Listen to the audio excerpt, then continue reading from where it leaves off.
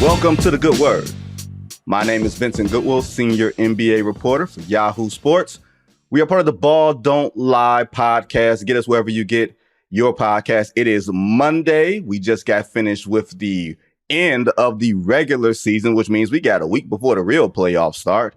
But even still, got to bring in my man, Bomani Jones, the host of The Right Time with Bomani Jones. You can subscribe to and get on YouTube. He was just on 7 p.m. in Brooklyn with Carmelo Anthony and Mero. That was a good time there. That was on his podcast and on the 7 p.m. in Brooklyn feed. Bo, that was fun.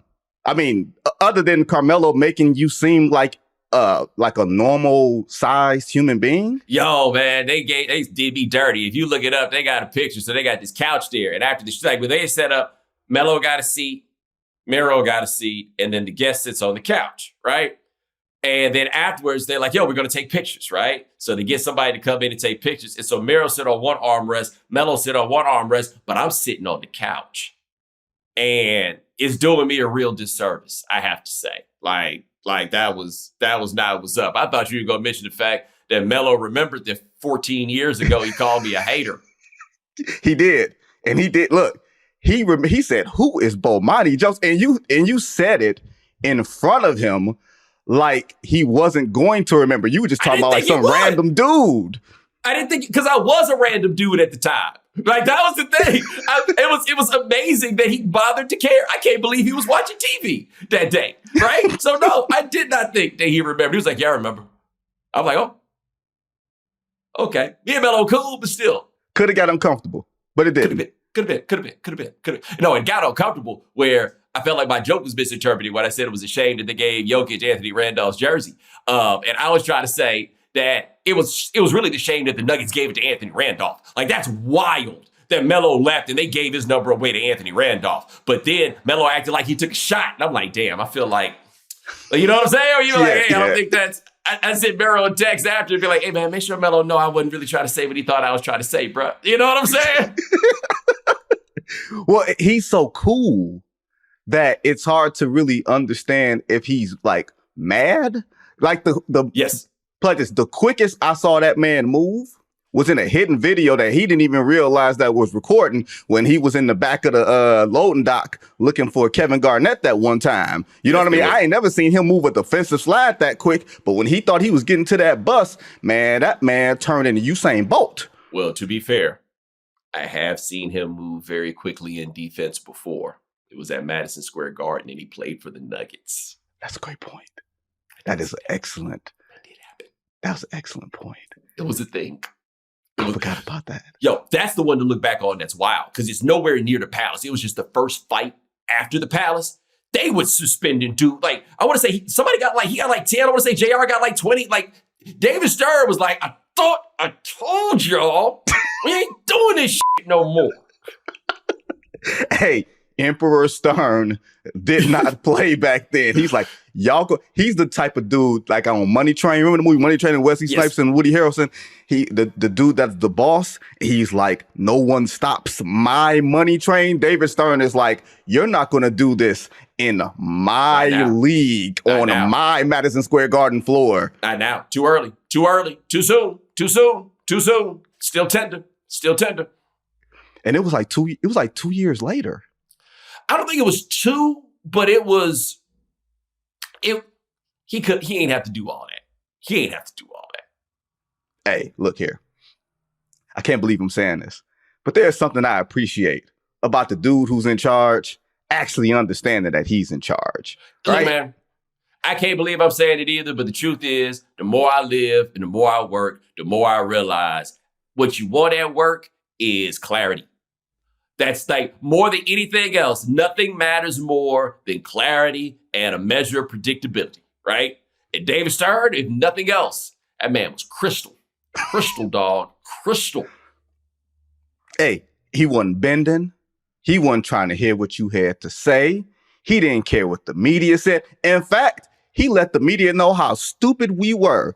Yes. Adam Silver, on the other hand, you know what? That's a good idea. I might take that into account. That's why we get these damn positionless media awards where all NBA first team ain't gonna look like a damn team.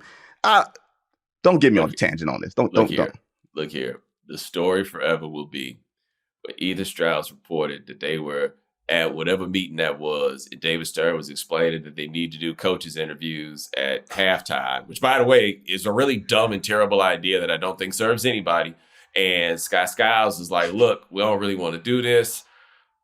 Probably a bunch of very good reasons to not want to do this. And say that David Stern says, on one hand, we have our media partners and sponsors who pay us millions and millions of dollars. On the other, Scott Skiles. Like, can you imagine if he said that to you? Said that about you? Like, you just imagine something like, damn, dog, there's people here. And let alone to that guy. Like, yeah, Scott Skiles is a crazy person. Like, all these coaches are crazy. Like, imagine that being like Tibbs. Tibbs being in a meeting with Adam Silver, and Adam is saying, coaches, I got a new idea for you. We're going to have you mic'd up, uncensored, and we're going to play it during the game after the coach's interview. Tibbs will turn into a raging, what the fuck is this?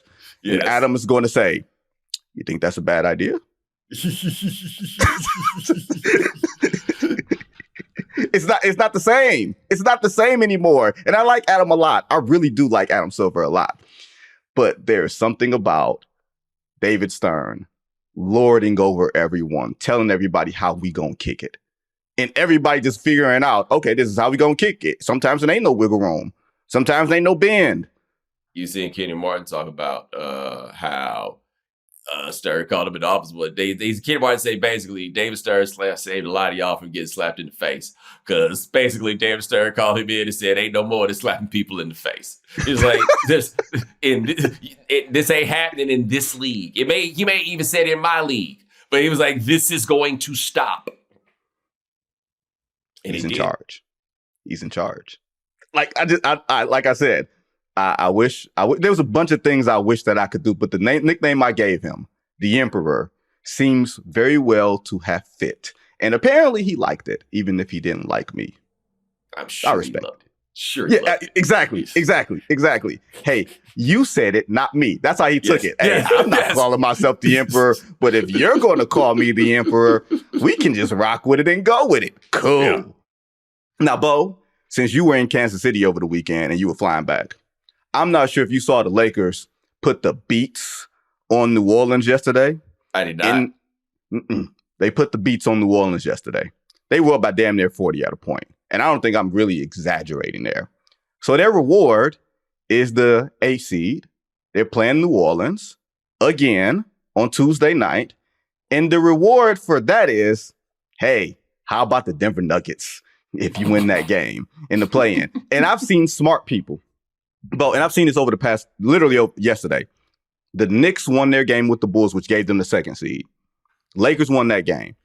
And everybody's like, or people, smart people, serious people, Bo, are like, well, it's not fair to the Knicks. The Knicks should be able to pick their opponent. Or the Lakers should lose their game to the Pelicans to get out of the way of the Denver Nuggets. So you mean put themselves in a 1-1 series with either the Warriors, who they're 1-3 against, or the Kings, who they're 0-4 against? I think they should win that game tomorrow. Yeah, I mean, as the LeBron James Invitational comes closer and closer, I mean, it's hard to have a play-in without LeBron James, it seems. I don't think that when they got this thing cracking, that the expectation was going to be that in 2 different years, we would have a possibility of LeBron versus Steph Curry in the play-in, Vinny. In the play-in. I don't think this is what was it. It's not what LeBron envisioned when he thought it was silly, right? None of us thought that this was going to happen. But we are now with the LeBron James Invitational ahead of us. I'm with you. You got to win the game that you got to win. You do not want to put yourself in a position to where if we lose this, we don't make it to the playoffs. You don't want that. Now, I do understand this argument, though, that if they get down to the 8 and they get to play against Oklahoma City, and I think the thing that most of us believe, the problem that Oklahoma City has is they're a little light in the keister. They're a little young and they're a little light in the keister. Like, is Chet ready for Anthony Davis in the postseason? Keeping in mind, last year in the postseason, Anthony Davis was as good as we've ever seen him be, and he's been really good this year too. Is that what they really want? Are those young guys ready for the playoffs? Because say what you want about the Lakers, but they got dudes that's got some miles on them. They got the miles last year. They've seen some things. No, you go out there and you win the game. Like, no, you don't want to play Denver. Nobody wants to play Denver. But no matter what happens to you in the West, if you're lucky, you're going to get the chance to go play Denver and lose. Everybody's going to get the chance to go play Denver and lose. If it come early, okay, I guess it comes early. Well, my thing is this. If you're going to give the Lakers a chance, and I'm not saying I give them a chance, if I'm going to give the Lakers a chance, I'm going to give them a chance early rather than late. Because we saw what happened in the conference finals last year in the closest sweep known to mankind, where Rui Hachimura was giving Nikola Jokic problems in game one, and then he had like 40 and 20 for the rest of the series, whatever, right? Yes, he did. So LeBron early in the playoff series, healthier, a little more rested, not as worn down. I'll give him a better chance in a first round than I will in a second round or a conference final series. Either way, you're going home. It's just a matter of how competitive it's going to be. Yeah, I feel like the one argument that you could make, though, and I don't mean to make this so particular to one man, but I think you'll get it. Maybe later you hope that Michael Porter kind of wears down, because that's the guy whose body you always worry something might happen, though he trucked through this year, fairly strong.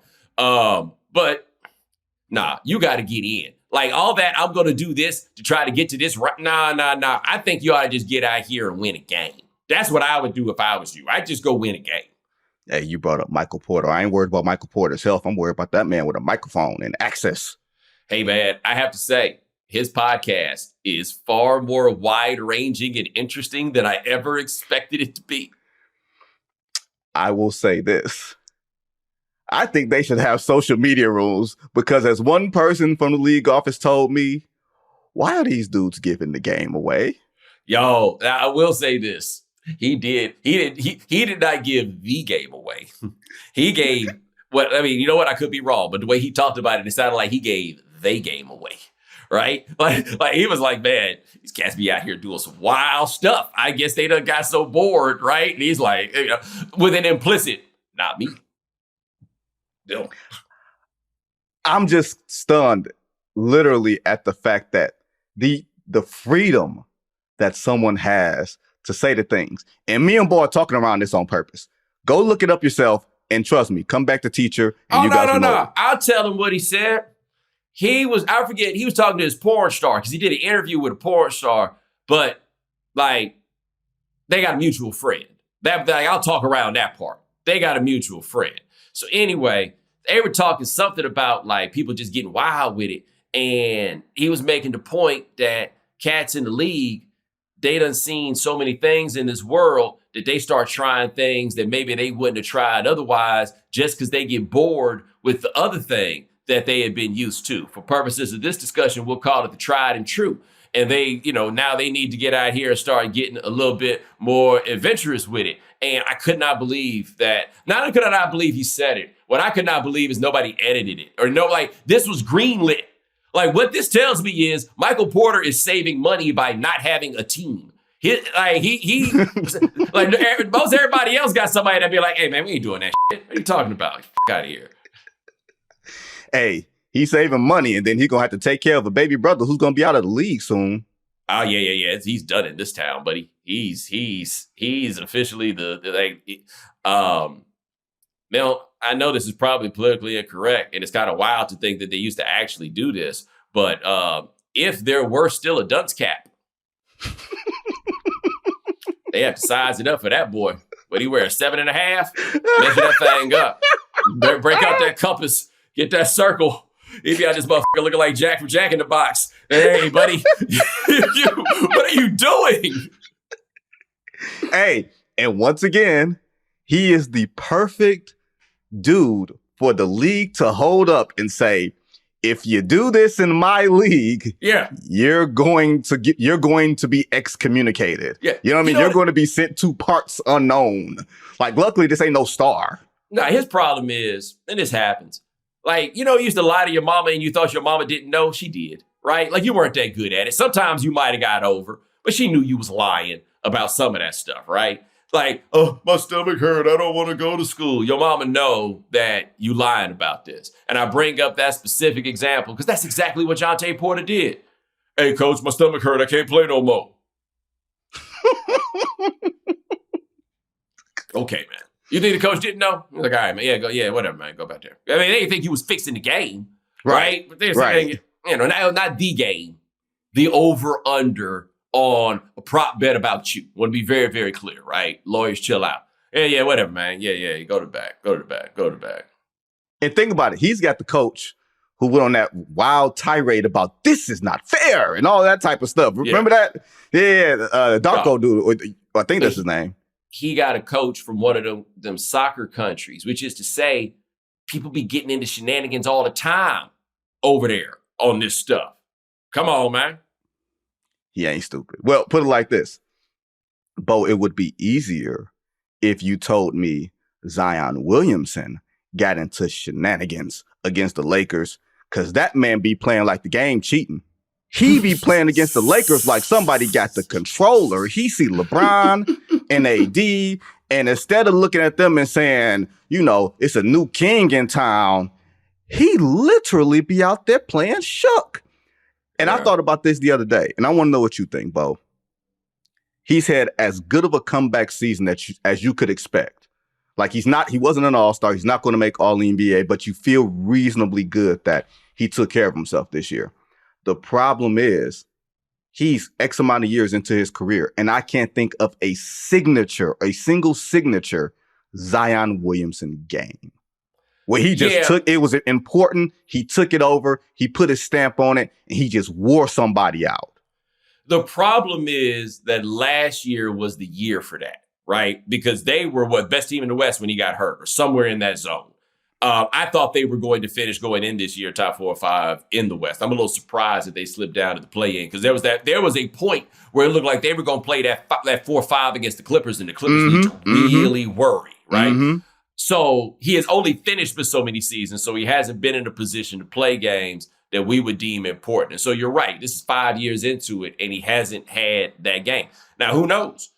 This next game might be that one if he does not come out here playing like he shook. But I give him credit this year because the in-season tournament, I thought he would have hit rock bottom in the offseason. And look, we got to be real about this. Like, there's no need to tiptoe about this fact. That boy got embarrassed in front of the whole world this offseason. And it was bad enough that everybody thought he was fat. The team was acting like they was going to trade him going into the draft. And then we found out about his business. I thought that was rock bottom, and it turned out it wasn't. The in-season tournament turned out to be rock bottom. And look, to be fair to him, I know this is going to sound extreme, man, but with all that boy was going through, I'm not surprised he showed back up chubby, man. You know what I'm saying? Like, he might, like I don't know how he copes. Like, I got no idea.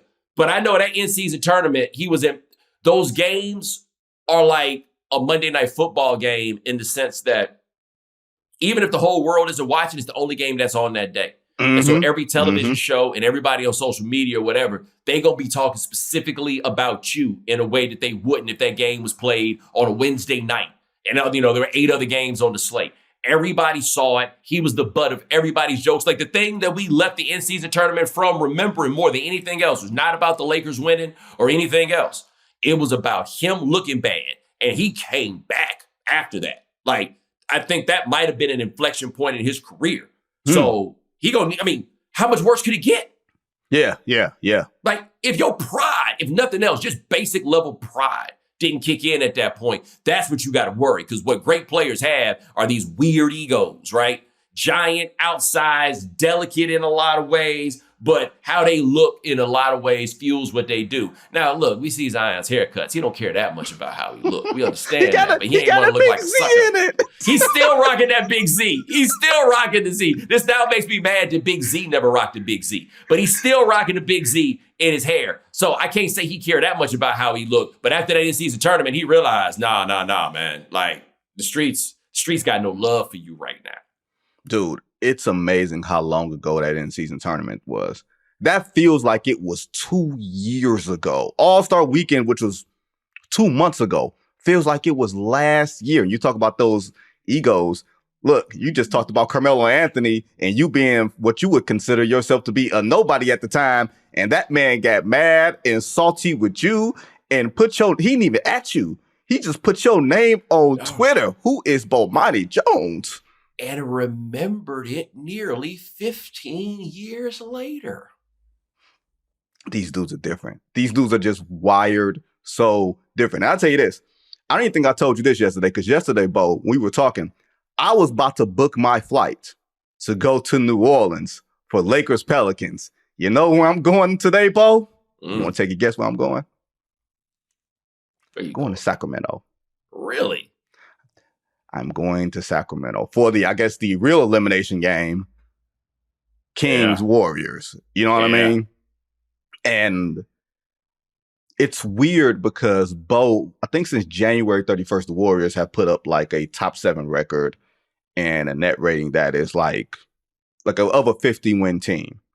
And then you go look at Steph's numbers post All-Star break. I don't even know if you know this. He's like 23-5-5 on 42, 38, 92 splits. That looks like a man that's tired and old. We just don't see it in that way.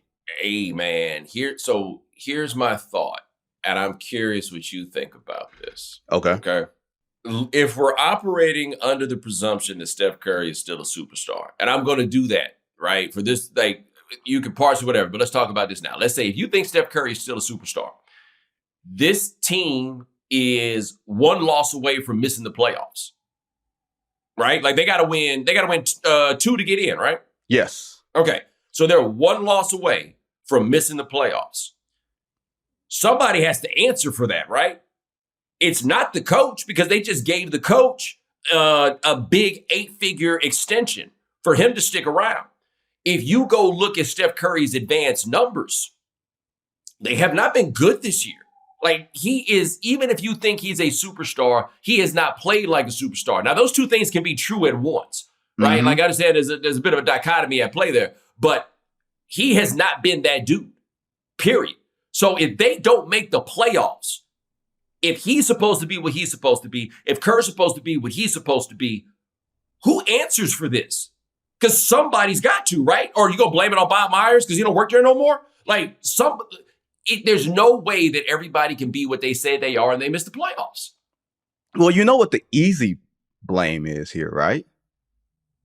What, Draymond? The $1 million dream. The $1 million dream. Draymond Green. Yeah, This is what we're talking about. Like the games that he missed, both in that, whatever was that, the 5-game suspension, and then the, I'm going to go get my help, sabbatical that he had. You could make an argument that him being there is a difference between them being a 10 seed and a 6 seed, maybe. Because I don't think they're as good as a 4-5, even at full bloom, right? Maybe that's the easy thing. But Golden State, they've always been able, in my opinion, to operate under less than ideal circumstances, except for the period when they had Kevin Durant, and even kind of sort of then. And they've always been able to operate with that margin for error, even have that margin for error cut and still be able to emerge. That's how they got the 2022 ring. You look back at that. That's one of the most remarkable feats I've ever seen, to be perfectly honest. And I was around that team for the whole run. And I'm like, man, how do they keep doing this? Right. It just seems like they can't sustain the margin for error anymore. Or maybe Steph isn't supernova every night to sort of close the gap on the margin for error. Because who else do they have? No, this is... If you didn't know they'd won 4 championships, what would you be saying about them? Dude, if you didn't know Klay Thompson was a 4-time champion, what would you say about him? If you didn't know Draymond Green was a 4-time champion, what would you say about them? Like, if you just walked in and just saw this team play, what would you think about them? I would look at this team and say, there's a good team in there somewhere, but but it's not the team that I'm watching. Like, you look at them and you say, oh, they have a bunch of the tools, like the bones. You got some athletes there. You got Kuminga that's coming. Like, Klay can have a night every now and again. Steph can go super crazy. But the reason that, to me, I don't see if you agree with me on this one, because I feel like Steph falls in this, KD falls in this, LeBron falls in this. Maybe even to greater degree, LeBron falls in this. The raw numbers look a certain way. But when you watch them on a night-to-night basis, they can rev it up on a given night, but they can't do it every night. Like, you can look at me and tell me Kevin Durant's numbers are the same as what he did when 2014 when he won MVP, and I tell you out of your damn mind. Oh, no, that's crazy talk. He was the best player in the NBA. But just from the standpoint, Bo, of not being able to rev it up anymore. You know what I mean? Like, the numbers sort of lying to you. Yeah, like I was at Barclays when LeBron James hit 40-something threes, right? And it was interesting because I'm not in arenas like that. And so it is easy to think of LeBron as this theoretical idea from the house, but then you get there and LeBron gets to cooking and it ain't no Nets crowd. I mean, if it ever was, but it ain't no Nets crowd no more. It's LeBron's house at this point. Like, it can still get up to these high levels that feel a way that nobody else can make this feel, right? Like, you and like, we agree on that part, but you're right. They can't just do it all the time. I mean, that was the Warriors last year, if we're going to be honest, right? And Steph plays a style of basketball with all that movement that he has to do. It takes a ridiculous level of physical conditioning to play the kind of basketball that he does. But they're just not, they all right. I mean, that's just all the way. Does anybody think they're a legitimate championship contender? No. And that raises all kinds of questions for me about why are y'all here?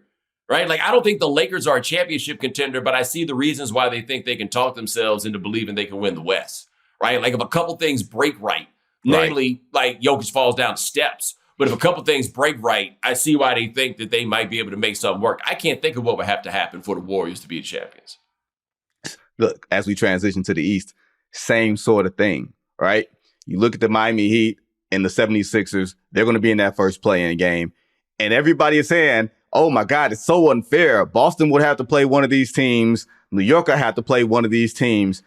If I'm Boston or New York, to a much greater degree, I'm like, none of these two teams should scare me. When did Philadelphia, who's never made a conference final in this era, who hasn't made a conference final since 2001, been a perpetual sort of playoff boogeyman?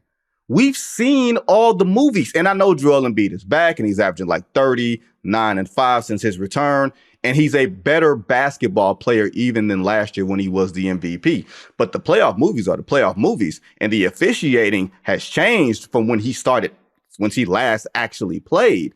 Like, I don't see Miami or Philly. I mean, maybe I see Miami a little bit because I feel like they can get there, but I don't know if I trust it this year. But Philly, I wouldn't be afraid of them if I'm what New York and Boston believes themselves to be. They shouldn't be afraid of either one of these teams. Now, I wouldn't be worried about Philly. I think it's Alan Hyde who makes the point. So let me get this straight. You're expecting Joel Embiid to do on one leg what he couldn't do on two. All right, like that's a choice if that's the way you want to go about it. And yeah, no, I don't. Philadelphia, I would not worry about. I wouldn't want to play Miami under any circumstances. That's true. That's true. And I agree with you. They look vulnerable. They look like all those things that they looked like last year. You know, all those things that they looked like last year. The question is, and this is what I would worry about with Miami is, Jimmy early is what you don't want no problems with. I don't know how much longer at his age he can just dial it up in that way when the postseason comes around. But I think he can give you a round. He might even be able to give you two. You probably have the best coach in the conference. They get out there playing that old zone. I mean, I ain't about it, but it seems to be effective, right? I could get not wanting to play them. But Boston, if you are beating your opponents by an average of 11 points a game, there should be no concern about anything whatsoever. I'm concerned about them, but there still should be no concern whatsoever for the team that's outscoring people by 11 points a game. They rode out there with a bunch of dudes that they picked up from the train station in that last game, and they beat the brakes off of who that was. Who were they playing in that game? Who did Boston play? I don't know. That was one of the games I wasn't paying attention to because it was too much other shit to pay attention to. They hammered them. They're a regular season juggernaut because they take a lot of threes, they make a lot of threes, and they can create a lot of mismatches on both ends. Yeah, the Hawks are playing the Bulls. Hey, if y'all came here for that, y'all came here for the wrong things today, dog. This is just not it. But you bring up the point about Jimmy, and Jimmy will be 35, I believe, in September. I think he was born in 89. So he'll be 35. So he's at 34. So he kind of right at like the tail end and having a lot of miles and everything else. But the NBA we grew up watching, Bo, where, New York lost to Miami last year. We should get them back. Boston lost to Miami last year. We should get them back.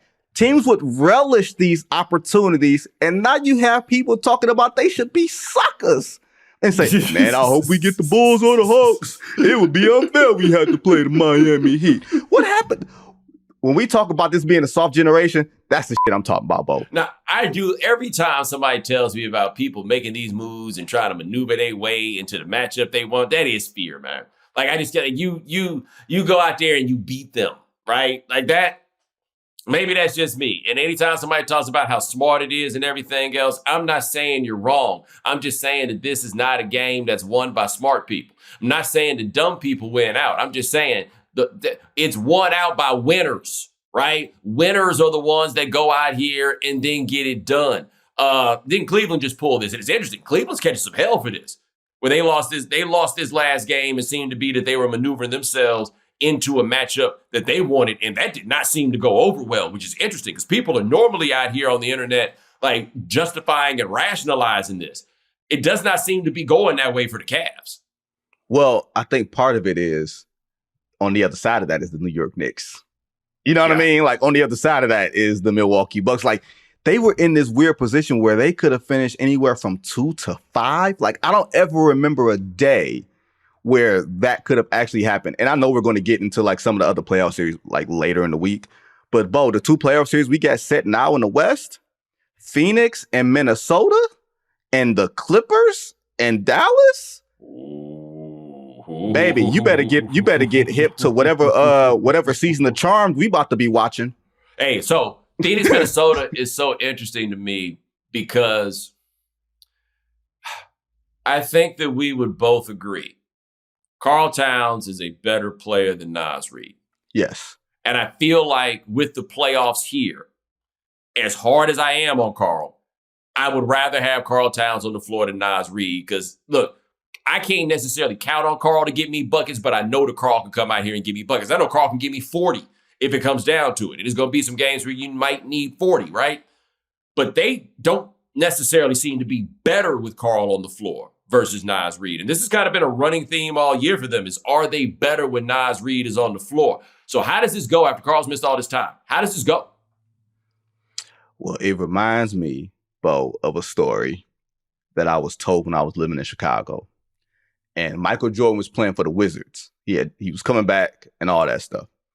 And he pulled one of the Bulls vets from the locker room to like a side room. And this is when the Bulls had Tyson Chandler and Eddie Curry. And he said, I don't know how you do it. He's like, what you mean? He said, you got 14 feet of bullshit over there.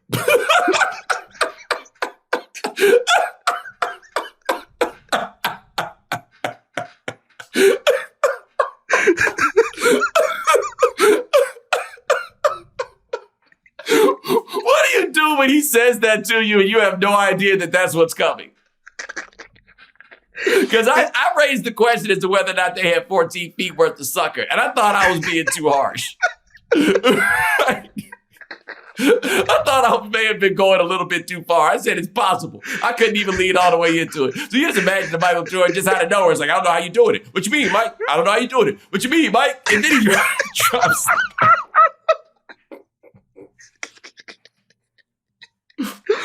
And this is the same Michael Jordan that drafted Kwame Brown. Yes. and he's talking about 7-footers.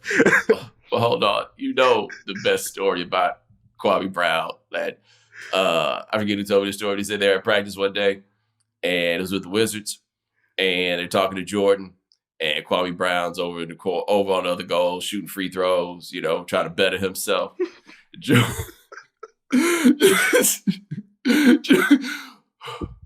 Jordan looks up and goes, look at that motherfucker. I hate him. What? Why would you say that? Just disdain. Just disdain. What a miserable man. Just disdain. Look, and he had the pleasure. He was probably praying for the days of Bill Cartwright, who somehow lost the ball in midair when he was shooting on purpose. And Luke Longley, he was praying for the days of that when he had Kwame Brown. Now, oh my God, that's so funny. But to your point about the Suns and Timberwolves, like the Timberwolves are the favorite because clearly they have a better record and they're a better team. The Suns have beat them like a drum this season. They're 3-0. And I don't know if you remember this, Bo.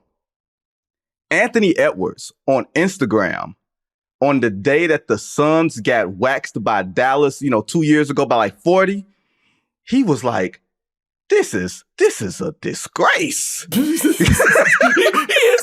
a bit judgmental. That comes from being 22.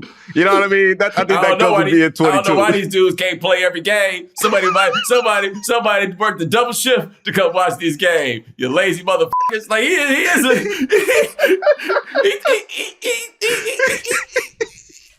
goes far. He goes far.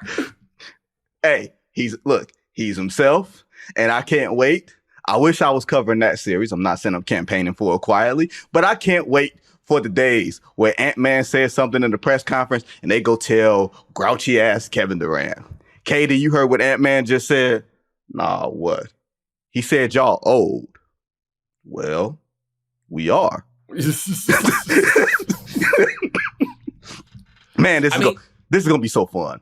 That series is gonna be the fun series of the first round, I think. I mean, Minnesota's got Anthony Edwards and Rudy Gobert playing defense, right? Like they got the chance to clamp down on you. On the other side, the Suns have two elite shot makers. And what we saw from them against Denver last year, and it only lasted for so long because elite shot making can take you a ways, but it can only take you for so far. Right. How far can elite shot making take them? Because I don't think that Phoenix has got anything else going. Like Brad Beal being there, I mean, that's cool, right? But elite shot making is the only thing I feel like that can carry them. And you can only go so far with them dudes just making incredible shots. Well, my thing is they've got shot creation, but none of them can create an open shot for Kevin Durant. Like I know Kevin Durant can do all of the things, even at his advanced age, but their number one goal on offense should be find a way to get Kevin Durant open, attacking the closeout. Like, find a way to compromise the defense so that Kevin Durant can do what he does as easy as possible. And in season one of this, they have not done that at all. Now, Bo, we got to talk about awards after this break, so we got to pay some bills. And I got a hot take on Big Slim, Victor Wembanyama, that I want Bo to respond on. You're listening to The Good Word. Back on The Good Word, Bomani Jones. Bo, before we get into MVP picks, Rookie of the Year, Defensive Player of the Year, all that stuff, we got to put a bow in the regular season for some players who will not be playing in the rest of April, May, and June. But a guy that I think is going to be a top 5 player next year, Victor Wembanyama, Big Slim. I think the only players who will definitively be better than him next year, Luka Doncic, Nikola Jokic, and who was the third? Joel Embiid. After that, I think we are in for a rude awakening. I think, Joe, I wrote this down. 23, 12, 5 assists, 4.5 blocks in the second half of the year. Okay, and he's still on a bit of a minutes restriction, right? Yes. Okay. So I feel like we can go ahead and combine this just to save some time. Is he your Defensive Player of the Year? Because I think he's my Defensive Player of the Year. He's not, because the only question I have, Bo, is, and I'm not one of those people that subscribes to the theory, he's going to win it at some point, so we don't have to give it to him. Yeah, I ain't kicking it like that. But how good are you defensively if your team is no good defensively? Well, they're just terrible. They are good when he plays defense. Yes. Right? If I'm not mistaken, they're somewhere like top 5, top 6 or something like that when he's on the floor and just booty butt cheeks in every way when he does not play. So like I see the argument against it, but the second half of this came around, and what is so wild about this with him, and I think the most encouraging part, and look, maybe things are different than they used to be, but when I was a kid, there was a thing called the rookie wall, and he just stepped his lanky ass over it like it wasn't even there. Like all those stories that we got about how they were preparing him physically for the NBA and to get him ready for this place, that all worked. Like them dudes need to be walking around the arena handing out business cards. Or maybe he was already ready. And our buddy Chet, another member of the Skinny Man Alliance, he played all 82 this year. And we didn't expect him to do any of that. Even though he, whether you call him a rookie or not a rookie, whatever it is, this is first time playing NBA basketball. And that man suited up every game. Yeah. No. But to your point, though, with Victor, that's another one where some people going to have to start explaining themselves. Like, if he keeps playing at this sort of level and they remain terrible, like, there's no excuse for them to be as bad as they have been this year. There's not. Now, Vic turns the ball over a bit too much, right? Like, let's go ahead and be real about that. The splits for them, like, I don't think that they are a positive net rating team with him on the floor, right? So there's a lot going on there, but they are terrible when he does not play. Terrible. And they got better about it, man. But them cats still be acting like, is it just too easy to throw the ball to the tallest man in the world when he's standing right next to the goal? Do y'all need more of a challenge? Y'all sorry. Pass the ball to Vic every time. That early in the season, they was like, man, we got TNT here. It's Devin Vassell time. It's Keldon Johnson time, baby. It's like the cats is coming out the locker room. Punks jump up to get beat down. Punks jump up to get beat down. And then they come out there and run up on Tommy Hearns, except it ain't Tommy Hearns. It's just the Kings. It's just the Hornets. It's just a regular-ass basketball team wearing y'all out.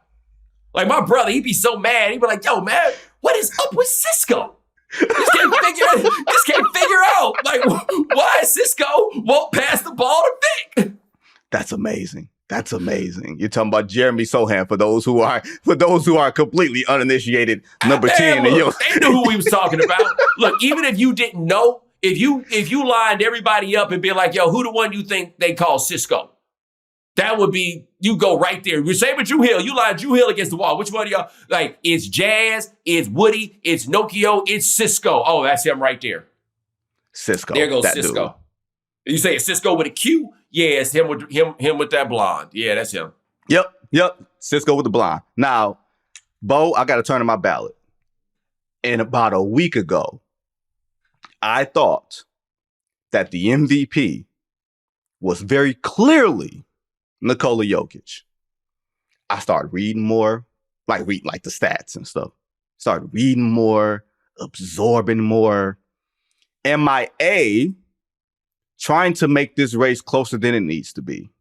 Or B, is this quietly a very intriguing three-man race between Jokic, Luka Doncic, who's carried his team to 50-plus wins, and you know how I feel about that 50-win threshold, and Shai Gilgeous-Alexander, who leads the league in steals and is second in deflections? Okay. So, I have said for many years, and this is the case, no statistic maps out more clearly to the MVP than win shares per 48 minutes. And the league leader this year in win shares per 48 minutes is Nikola Jokic.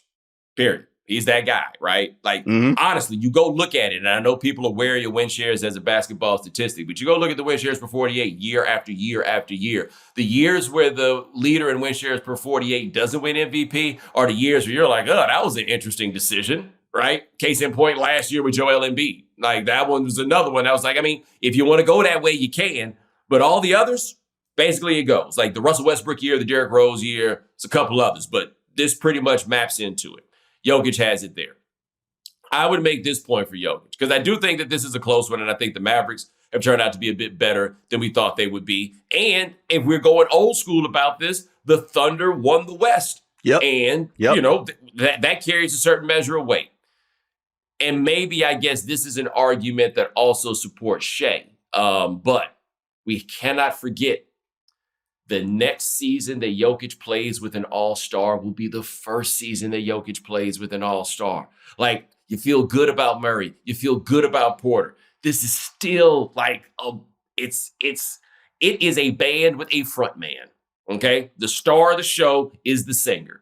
And everybody else gets to do their little thing or whatever, but it's the singer setting everybody else up still. I still think he's the MVP, but I also understand, especially with Shai, that's, I think, a stronger argument than Luka, because in the end, as good as Luka is, hey, man, let us not forget, not only has Kyrie been really good, even with a geopolitical crisis in the Holy Land, He done held it in the road. Hey, you got to give Kyrie all the credit. I didn't think Kyrie could. All the credit. Hey, somebody had a conversation with them. And look, he already got his money, right? So he's got nothing to lose on the back end of this. And they're like, Kyrie, just let it out. Just say all the things that you got to say. We're going to burn some incense. You can bring your stick in here. Just say it, whether it's Nico or Jason Kidd or Cuban or the new people. Hey, just talk to me. Let it out. Let me tell you something. Let me tell you something. There's an email that we could probably find if we dig deep enough of Mark Cuban saying, just let him wear the fucking scarf. Send. Like, if that's all he want to do, if all he want to do is wear that scarf, straight. It's cool. It's cool. We good. Just let him wear the scarf. No, you're right. And look, he makes them dangerous. And I feel like the Clippers are kind of like one of those things like, man, this is the team that they got to play against, which might be the team that's best equipped to handle them. But Luka's numbers are crazy post All-Star. And Doug, we know what the thing is with the Clippers. We know what the situation is. Is James Harden going to mess it up? Because the truth is, if James Harden doesn't mess it up, they can win the West. I still think Denver's going to beat everybody. But they're the team that can beat them as long as James Harden doesn't mess it up. The problem is we've watched James Harden mess it up 12 years in a row. I don't know if it's a perfect 12 years in a row. But for the last 12 years, including the last year in Oklahoma City, we done seen James Harden be the reason they got there and the reason they went home. This is the best, one of the best metaphors I've come up with. I dated this woman once, and she had her sister's husband. He wouldn't say it was time to go. He would just randomly pick up like the garbage, like take garbage bags out of the garbage can, no matter where he was at, and take it outside. And that was the signal. Oh, it's time to go home. James Harden is like, hey, y'all, we're not winning this series anyway. Why don't I just expedite the process here, y'all? Why don't I just take this trash out and give us a bad Game 7? They weren't going to win that Game 7 in Boston last year. I'm not giving them bail. I'm just saying they weren't going to win that game anyway. It just so happened that Tatum gave them 50, and Embiid and Harden just said, nah, why do we have to show up here? Mm-hmm. It's the weirdest thing. Harden is one of the biggest conundrums, and now he's old. You know what I mean? I just think he presses. Like all of that all indicates pressing. Because I say that last year against the Celtics. Let us not forget, they had some of those games without Embiid, and James Harden said, jump on my back, let's go, and did it. Like, we can't pretend as though he can't handle the playoffs at all, or that you just 100% can't win any games with him. I mean, if Chris Paul doesn't get hurt in, 2018, there's a good chance that they win that series against Golden State. It's not guaranteed, but they had a good chance at that, except they went out there because they had Game 7 at home, right? Yeah, that's when they missed 27 straight threes. That's why I think they weren't going to win that game. 26, my bad. Yeah. They were going to lose that game no matter what, in my opinion. Seriously. Something was going to happen. Something was going to, like, there's something very Dallas Cowboys because I'm acting like the solution. I'm acting like the solution was Chris Paul. Paul, whose team lost a 3-1 series lead to James Harden's team. And not with James Harden on the floor. Josh Smith. Josh Smith. Josh Smith bringing him back. Hey, James Harden had a towel on his head. Kevin McHale said, that's great season, man. Glad to have you. All that stuff. He put the towel on his head. Next thing you know, what's that crowd doing cheering? Right. On the Clippers' home floor. On the Clippers' home floor for that Game 6. And my daddy, who's my favorite line he's ever had about a basketball player, was about Josh Smith. Josh is sorry. Talented, but sorry. Just call him sorry. Just good and sorry. Oh, my God. Good grief. Now, it's funny. I'm trying to circle it back to SGA. But Shai does have like an interesting case. Because he is second in win shares. Like, I think Jokic is at a 299. I want to say Shai's at 275. Mm-hmm. And the question I would have, Bo, is not just in front of raw stats and also there, is it tougher for a guard who can only affect the game in but so many ways by function of being a guard and not being like a physical sort of Marvel or 3-4 types. Is it impossible for him to reach those highs?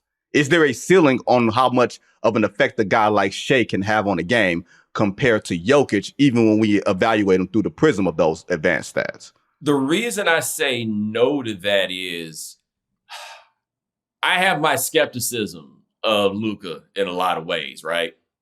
But I done seen that boy affect games and everybody think it. And he and Shai are the same size. They're the same height, at least. They built different. They're the same height, playing the same position. Like, I think a guard can pull it off. I wonder, though, if it's just a case of, I don't think we're giving enough credit to the fact that Oklahoma City went from the play-in last year to being the number 1 seed in a very competitive West this year. Like, this is an incredible feat. They got a coach that most people can't pick out a lineup. You taught me how to say his name. They got all these young dudes. And by the way, they got the assets. Next year, depending on what Sam decides to do next year, they could be such a problem, right? But I don't think that people have really appreciated what they've pulled off this year. I don't think people have appreciated what Sam has done. People have focused so much on the picks, the future of the picks, and all these things. Sam can control the draft for the next 5 or 6 years. He ain't making these picks. These picks are proxy for guys that he's going to try to acquire, and he's got the dudes already. Like Jalen Williams, one of the Jalen Williams is the kid with the braids. Well, I think both of them got braids. Well, wait. Either way, the Jalen Williams that you talk about but you don't really know, that man profiles like Kawhi freaking Leonard. And he's their 3rd best player. Like, he's on one of those short lists of, all defensive teams because that dude straps it up. And then you got Shai and Chet. And Chet might, once he becomes full bloom, might be better than Shai. And Shai is an MVP candidate. Like, they're doing something over there. Well, one, insisting on Shai in that trade is something that we have to remember too, right? Because it's very similar to when Darryl got James Harden in that, yeah, we thought he was going to be good, but. Right? Number 2, and I know that people won't like me phrasing it in this way, but in the end, I think it's going to be this, man. Orlando did them a giant favor when they took Paolo. Ooh, yeah. It did them a giant favor. To me, it is a no-brainer which one of those guys you'd rather have for 15 years. And maybe something's wrong with me, but the 6'10 dude that can barely get you 7 rebounds a game, miss me with that. Like, what Paolo can do for you, he can do. And you and I have talked about this. A lot of guys are really high on him. That ain't how I want my 6'9", 6'10 to be out here kicking it. Chet, on the other hand, Chet got that dog, boy. And are those pictures legit? Which ones? The ones with him with a Thug Life tattoo on his belly. Oh, I don't think that's true. I haven't seen that. Are you serious? Are you making me hit the Google? Yeah. And you. And when I say the Thug Life tattoo on his belly, I mean the Thug Life tattoo on his belly, even with the little AK-47 above it. I'm doing it now. Chet Holmgren tattoos. Yeah, like I saw that bouncing around. I had a few people send it to me, and I'm like, this just ain't possible, bro. No, it says it's not real. It says not real. I think it's one of them Twitter hoaxes. It's one of them. Okay. That's like Drake with one of them text messages that he posted out here. Yes. Firm. that boy. Look, that boy's mama wasn't texting him all day. No way. But they got Chet. They're going to be able to move those assets and turn them into a player because they know, man, they ain't getting nobody no damn free agency. I mean, free agency don't exist no more anyway. But they can go get a guy. And this is the beginning, man. This is the beginning. Get them while you can. Beat them while you can. You know what I mean? Like, and this may be the year, but they don't play stupid. Like, that's the thing we think about young teams. We think, young teams winning 50-plus games, they're the mark in the first round. They might be lighting the ass, but they don't play stupid. Like, they're not going to beat themselves. If the Lakers get that matchup, they may beat them, but it's not because Oklahoma City beats itself. And that brings me to my defensive player of the year. It could be Anthony Davis. I haven't figured it out yet. It's between Rudy and AD. And Rudy, of course, is Rudy. But we've been talking for years, Bo, about Anthony Davis. He should take over. He should be the guy. The man has played like 76 games this year. Like, has the change happened and we just haven't noticed it? He's playing behind a solar eclipse. I don't think there's room for people to notice because I think that people are always like leaning back on the idea that if it goes wrong, it's going to be Anthony Davis's fault, or at the very least, it's not going to be LeBron James' fault. But you've got an argument to make that he's been the best player on their team this year. He's just not LeBron James, right? Like what LeBron can still do is decide, okay, we need a bucket. Let me go get that right fast. Yep. And that still probably matters more than anything else. But you're right. Anthony Davis, he's as good as advertised, right? Like you think about this. Think of all the hype that surrounded Anthony Davis coming into the league. He's been that good. Like even when he was with the Pelicans and you could say they didn't win enough or whatever, and maybe we got him with the Lakers and it seemed clear that he's supposed to be a number 2, or maybe it's tricky being that other guy next to LeBron. I'm not sure. But I just felt so bad for him in the conference finals last year because he was out there doing it and it just didn't matter. Wasn't his fault. Not one just bit. Didn't matter. Dude, when Jokic took a step back 3, I think it was game 3 or game 4. It might have been game 3. AD just looked at the man like there's got to be something so very demoralizing that you are the best in the world at what you do. He is probably the best every point on the floor defender that the league has to offer. There's no place that he feels uncomfortable if somebody else has the ball. And that man does that off 1 foot, shot over his head like Larry Bird, and it easily swishes. And you just have to look and say, well, what do y'all want me to do? And he doesn't even jump. He looked like when Lil Mama was trying to guard Caitlin Clark, and she hit that one shot on her. She just our girl Haley, what her name, Haley? Yeah, Haley was like, all right, whatever. Hey, sometimes, and this has happened in pickup, this has happened in every facet of basketball. Sometimes, dogs, somebody just wear your ass out. Like sometimes somebody sends a limo for you. Make sure he gets here on time. I done had limos sent for me. I done sent limos for other dudes. And at some point, that limo pulls up and it's going to drop your ass off. And that's been Anthony Davis against Jokic because they 0-4 against them this year. Yeah. Like the Lakers got all these wins. Problems. Hey, the Lakers got all these wins and they can't beat Sacramento, who we don't know if it's very good. They can't beat Golden State, who is not very good, and they can't beat the champs. I'm trying to figure out who the hell they beat this year to get 46 wins, or whatever that number is. Apparently everybody else. Literally everybody else. And that, ladies and gentlemen, is Bomani Jones. Thanks to both for giving us some of his time today. Don't forget to subscribe to The Right Time with Bomani Jones on YouTube or wherever you get your podcast, probably right here. Anything else you got going on that you want to talk about? Oh, man, we're getting ready pretty soon to put out a series on The Right Time of great rap albums from the year 1994. Come check that out. Our first one is going to be Illmatic. That's going to be kind of fire. So I want y'all to... Oh, no, we got another one. We got a Doggy Style, Illmatic, because that's late 93. So we're going to bring that in. We got the Illmatic. We got a few other ones. We got some dope stuff. So I want y'all to come in and check that out. And I want to send a shout out to anybody who might have been offended by what Drake had to say about Kendrick Lamar and his size 7 shoes. I just want y'all guys to understand that if you learn to juggle, you'll have a trick. Do you think any producers were offended when he told that man to go do some drums? They might have been, but honestly, man, I don't be listening to people that size.